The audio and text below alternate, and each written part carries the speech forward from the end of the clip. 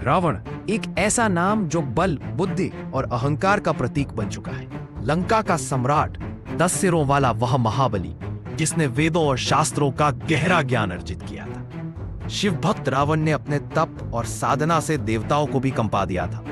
परंतु यही रावण जब अपने अहंकार के वशीभूत होकर माता सीता का हरण करता है तो उसका विनाश सुनिश्चित हो जाता है। रावण केवल एक खलनायक नहीं था, वह एक त्रासदी था, एक ऐसा विद्वान जो अपने अभिमान की आग में स्वयं को जला बैठा। उसकी बुद्धिमत्ता, उसकी शक्ति और उसका रुतबा भी उसे धर्म के मार्ग से डगमगाने से रोक नहीं सका।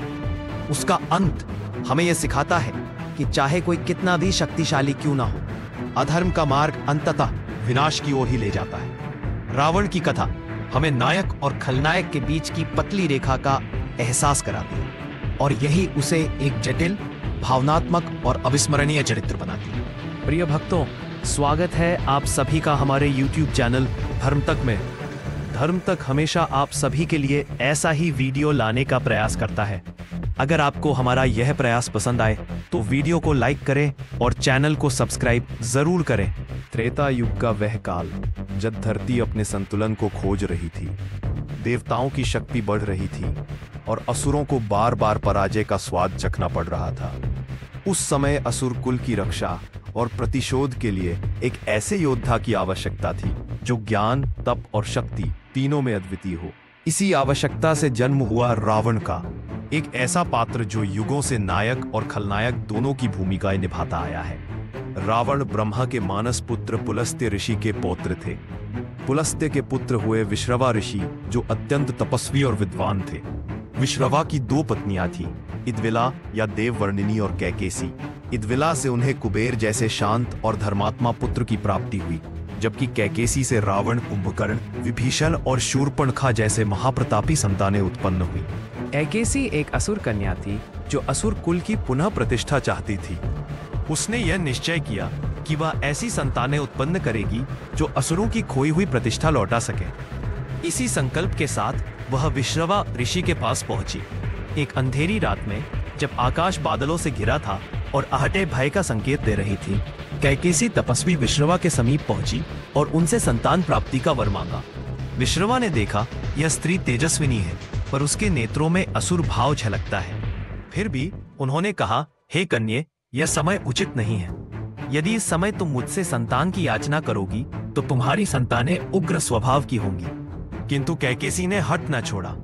विश्रवा ने अपने तप के प्रभाव से उसे वरदान दिया कि उसकी संतानें महान शक्तिशाली होंगी, परंतु उनमें उग्रता, महत्वाकांक्षा और विद्रोह की भावना भी होंगी। जब रावण का जन्म हुआ तब दिशा विदिशाएं कांप उठी।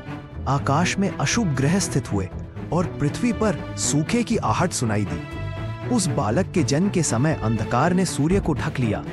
जैसे ही बालक ने जन्म लिया, उसने जोर से गर्जना की। उसकी ये गर्जना ऐसी थी मानो कोई सिंह अपने अधिकार का उद्घोष कर रहा हो। इसीलिए उसका नाम पड़ा रावण, जिसका अर्थ है वह जो रौद्र स्वर में गर्जना करता है। रावण बचपन से ही विलक्षण था। वह अपने भाइयों कुंभकर्ण और विभीषण के साथ अत्यंत तेजस्वी और जिज्ञासु बालक था। विश्रवा ऋषि ने उन्हें वेद, पुराण, आयुर्वेद, तंत्र, मंत्र और युद्ध कला की शिक्षा दी। रावण विशेष रूप से शिव तत्व में रुचि रखता था। वह अक्सर ध्यान में बैठकर महादेव का ध्यान करता और उन्हीं की तरह बनना चाहता। किशोर अवस्था में रावण ने हिमालय की ओर प्रस्थान किया और वहां महादेव की कठोर तपस्या करने लगा।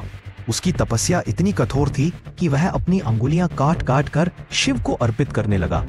अंततः भगवान शिव प्रकट हुए और उन्होंने रावण को अनेक वरदान दिए, शक्ति, रथ, दिव्य अस्त्र और अमरत्व के समकक्ष बल। शिव ने रावण को रावणेश्वर की उपाधि दी और उसकी भक्ति से प्रसन्न होकर उसे अपना परम भक्त स्वीकारा।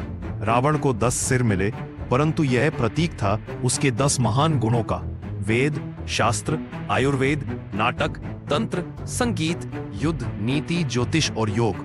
वह एक महान विद्वान था, परंतु इसी विद्वत्ता ने उसमें अहंकार भी जन्म दिया। जिस समय रावण बड़े हो रहे थे, उनके सौतेले भाई कुबेर लंका के राजा थे। लंका उस समय स्वर्ग के समान नगरी मानी जाती थी। पूरी नगरी सोने की बनी थी और उसकी वास्तु स्वयं विश्वकर्मा ने की थी। कुबेर एक न्यायप्रिय और तपस्वी राजा थे, परंतु रावण के हृदय में असुर कुल के लिए वह अग्नि धधक रही थी। उसे लगता था कि देवों द्वारा प्राप्त साम्राज्य पर असुरों का अधिकार होना चाहिए। उसी समय से रावण के मन में यह संकल्प जागा, लंका अब असुरों की होगी, मैं इसे पुनः असुर कुल को समर्पित करूंगा। रावण ने वर्षों तक कठिन तप किया। वह ब्रह्मा जी को प्रसन्न करना चाहता था। तपस्या इतनी कठोर थी कि उसने एक एक कर अपने सिर काटकर ब्रह्मा को अर्पित किए। जब 9 सिर कट चुके, 10वां कटने ही वाला था कि ब्रह्मा प्रकट हुए। उन्होंने रावण को अमोघ शक्तियां दी। अमरता नहीं, पर मृत्यु अत्यंत कठिन होगी। देव, दैत्य, राक्षस, यक्ष, गंधर्व, कोई उसे पराजित न कर सके। ब्रह्मास्त्र और शिव से प्राप्त चंद्रहास तलवार का वरदान, 10 सिर और 20 भुजाएं, 10 दिशाओं में विचार कर सकने की क्षमता। इन शक्तियों के साथ रावण ने लंका पर चढ़ाई की। रावण ने कुबेर को आमंत्रण भेजा, भाई यह लंका अब असुरों की होगी, उसे मुझे सौंप दो। कुबेर ने शांत स्वर में उत्तर दिया, लंका देवताओं द्वारा मुझे मिली है, यदि तुम बल से इसे छीनना चाहो तो युद्ध होगा। और फिर हुआ भीषण युद्ध। अंततः रावण ने कुबेर को पराजित कर दिया और लंका का स्वामी बन गया। लंका अब रावण की थी। उस दिन लंका में एक अद्भुत दृश्य था। चारों ओर वज्र के स्तंभ, सुवर्ण शिखर और रत्नजटित आभूषणों से सजी गलियां थीं। रावण स्वर्ण सिंहासन पर बैठा, उसके 10 सिर आभा से दमक रहे थे। चारों ओर राक्षस गण जयकार कर रहे थे। रावण के राज्याभिषेक में उसकी माता कैकेसी ने अश्रु भरे नेत्रों से कहा, आज तुमने अपने कुल को गौरव दिलाया पुत्र, परंतु यह सिंहासन तुम्हें दंभ में न डुबो दे।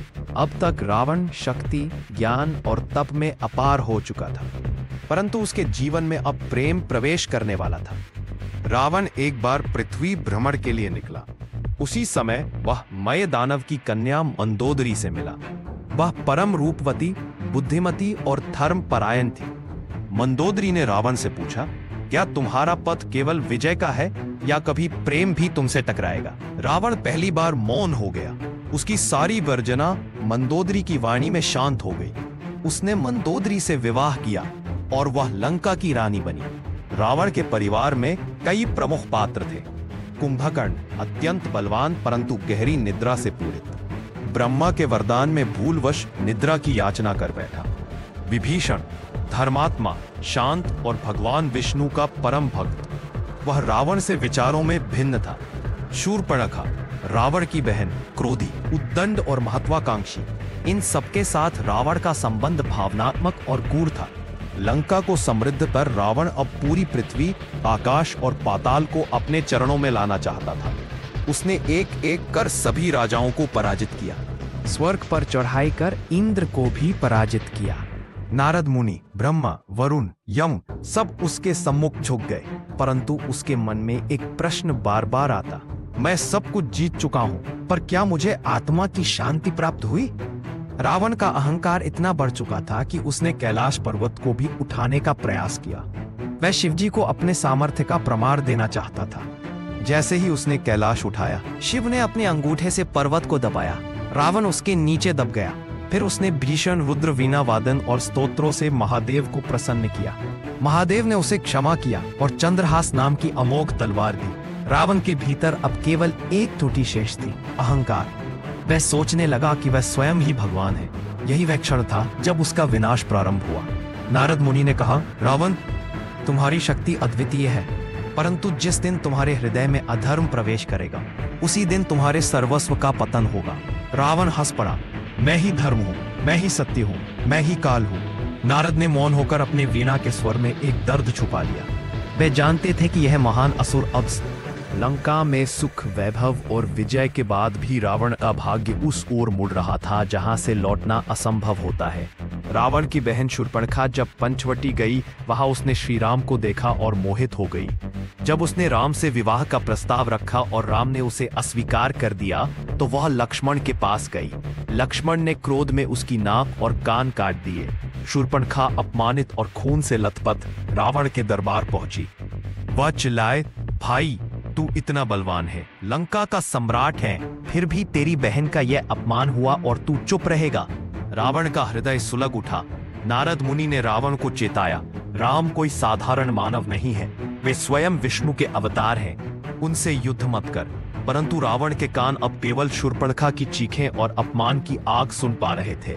उसने मारीच को सोने का हिरण बनाकर सीता को भ्रमित करने भेजा।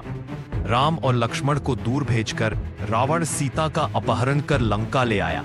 सीता को अशोक वाटिका में रखा गया, जहां उसने रावण को बार बार ठुकराया।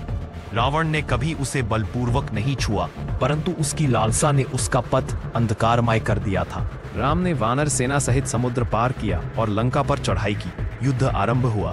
भीषण, क्रूर और संहारक। रावण ने अपने महान सेनापति, पुत्र मेघनाद, इंद्रजीत, भाई कुंभकर्ण और अनेक योद्धाओं को खो दिया। हर प्रियजन की मृत्यु ने रावण के भीतर एक मौन शोक भर दिया। वह भीषण युद्ध के बीच अकेला हो गया था। विभीषण ने रावण को समझाया, भैया सीता को लौटा दो, श्री राम से क्षमा मांगो, यही धर्म है। रावण क्रोधित हुआ। जो अपने भाई के विरुद्ध खड़ा हो वह मेरा नहीं, चला जा शत्रु के पास। और विभीषण श्री राम के पक्ष में चले गए। रावण ने धर्म को ठुकरा दिया। यह निर्णय ही उसके पतन का कारण बना। अंततः वह दिन आया जब रावण और श्री राम आमने सामने थे। रावण का रथ सोने का था, पर उसके भीतर अब भारीपन था।